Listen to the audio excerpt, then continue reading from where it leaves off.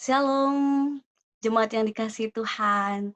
Hari ini saya ingin mengajak kita melihat ada satu kalimat di layar kita yang di situ tertulis butuh hikmat untuk merawat kehidupan, bukan keserakahan keserakahan yang berdampak kematian. Kenapa ini menjadi satu kata kunci yang mau kita renungkan hari ini? Karena bacaan hari ini mau mengingatkan kita tentang pilihan dalam kehidupan kita yang kita mau diajak untuk berhikmat. Apakah kita mau merawat kehidupan atau justru kita memilih keserakahan yang berdampak kematian? Bapak Ibu pasti sudah sangat tidak asing dengan kisah ini, yaitu tentang ini dia. Nah, kalau lihat gambar sudah langsung tahu ya Bapak Ibu terkasih, bagian cerita tentang dua orang perempuan Sunda yang memperebutkan seorang bayi yang masih hidup dan dibawa kepada seorang raja Salomo yang saat itu sangat terkenal pada akhirnya karena hikmat yang ia dapat dari Allah untuk memutuskan perkara kedua perempuan ini. Bacaan ini terambil dari satu raja-raja pasalnya yang ketiga ayat 16 sampai 28. Saya nanti tidak akan membacakannya, biar Bapak Ibu sendiri yang memastikan kembali untuk membaca bagian ini setelah video ini. Tapi yang pasti Bapak Ibu terkasih, kita pasti sudah tidak asing dengan kisah ini, di mana Raja Salomo akhirnya mengambil keputusan untuk mau membagi dua bayi yang masih hidup itu. Sehingga ketika ada seorang ibu yang akhirnya dia berteriak, "Raja, raja, jangan sembelih dia, berikan saja kepada perempuan itu, biarkan dia hidup."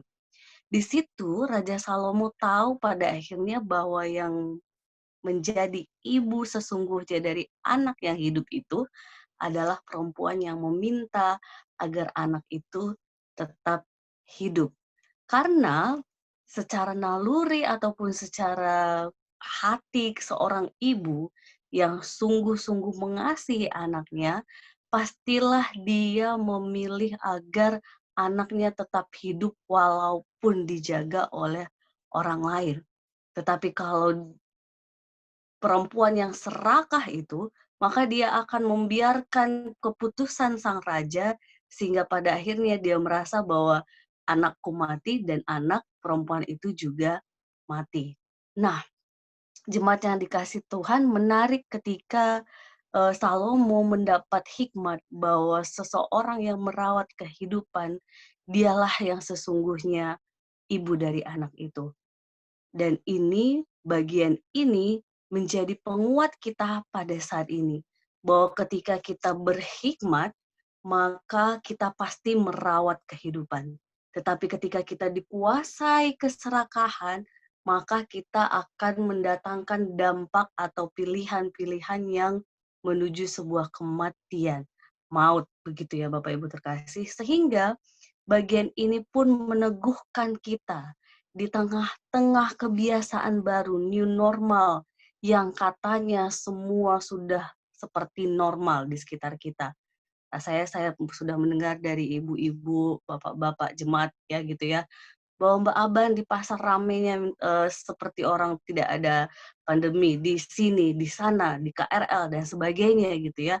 Ini yang memang pada akhirnya jemaat yang dikasih Tuhan hari ini saya ingin meneguhkan kita untuk dengan hikmat Tuhan agar tetap mengikuti protap, agar kita menjaga kehidupan semua umat.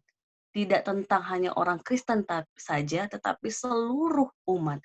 Karena setiap keputusan, setiap langkah kita, itu menentukan kita sedang berhikmat dalam Tuhan atau tidak. Jangan iri dengan orang-orang yang tampaknya berjalan seperti biasa normal ataupun mereka yang memilih, tidak lagi bisa menahan diri dan akhirnya ke sana kemari, tentu kita harus bisa tetap menahan diri.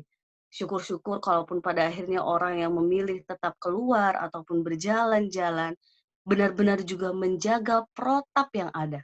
Karena kalau tidak, Bapak Ibu terkasih, di tengah-tengah pandemi ini yang bukan semakin turun tapi justru semakin naik, bahkan banyak masih dampak dampak orang-orang yang terkena, maka new normal ini sebenarnya belum sungguh-sungguh sebuah normal yang sesungguhnya, tapi sebenarnya kita sedang diajak untuk seleksi alam. Kenapa saya bilang seleksi alam? Karena bagi orang yang dia tetap dengan hikmat taat, dia merawat kehidupannya pribadi serta orang di sekitarnya. Tapi kalau kita dengan keserakahan kita, dalam segala aktivitas kita, kita tidak menaati protap, maka dampak itu pun akan berasa untuk diri dan sekitar kita. Saya harap Bapak Ibu terkasih, kita sehati sepikir untuk benar-benar menjaga, menaati protap, dan benar-benar menahan diri untuk segala sesuatu yang kita ingin lakukan. Dengan di tengah situasi pandemi ini, kita tetap bisa memilih berada di rumah saja. Bagi kita yang masih belum sesuai SOP untuk beribadah, kita ibadah di rumah saja. Bahkan ketika kita punya kebiasaan sebelum pandemi bisa hadir di banyak gereja, kita tetap memilih di gereja kita ataupun dari video online, karena pada akhirnya di tengah-tengah new normal ini kita tetap harus menjaga seluruh umat, bukan hanya jemaat kita tapi jemaat di sekitar kita, bahkan masyarakat seluruh umat.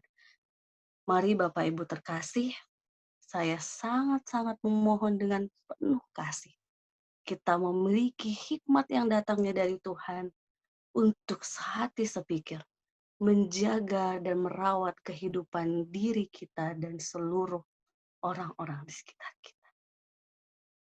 Amin.